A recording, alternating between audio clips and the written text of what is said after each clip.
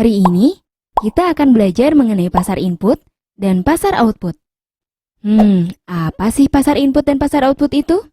Pasar input adalah suatu pasar di mana tempat berinteraksinya permintaan dan penawaran input atau sumber daya produksi.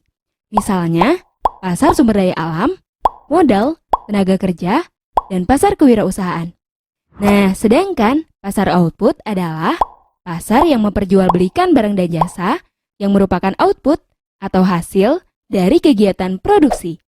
Macam-macam pasar output yaitu pasar persaingan sempurna, pasar monopoli, pasar monopolistik, pasar oligopoli, pasar monopsoni, dan pasar oligopsoni.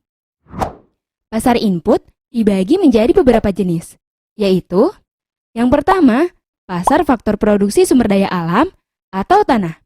Sumber daya alam merupakan semua kekayaan alam yang terkandung dalam tanah, lautan, dan udara. Jumlah tanah yang tetap atau penawarannya yang tetap menyebabkan kurva penawaran tanah bersifat inelasi sempurna atau berbentuk garis lurus.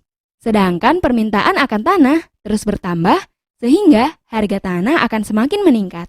Yang kedua, pasar faktor produksi tenaga kerja atau sumber daya manusia. Faktor produksi tenaga kerja adalah semua tenaga kerja, baik jasmani maupun rohani, terdidik ataupun tidak terdidik, atau sering juga disebut dengan sumber daya manusia yang melakukan kegiatan produksi barang dan jasa. Pasar tenaga kerja merupakan aktivitas dari pelaku yang tujuannya mempertemukan para pencari kerja dengan pengguna tenaga kerja.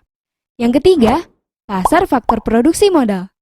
Pasar faktor produksi modal adalah tempat ditawarkannya barang-barang modal untuk kepentingan proses produksi.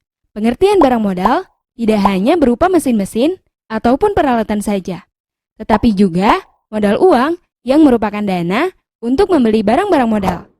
Permintaan dan penawaran modal dalam masyarakat dipengaruhi oleh kemungkinan risiko hilangnya modal yang dipinjam, kondisi perekonomian, dan campur tangan pemerintah dalam penetapan tingkat bunga.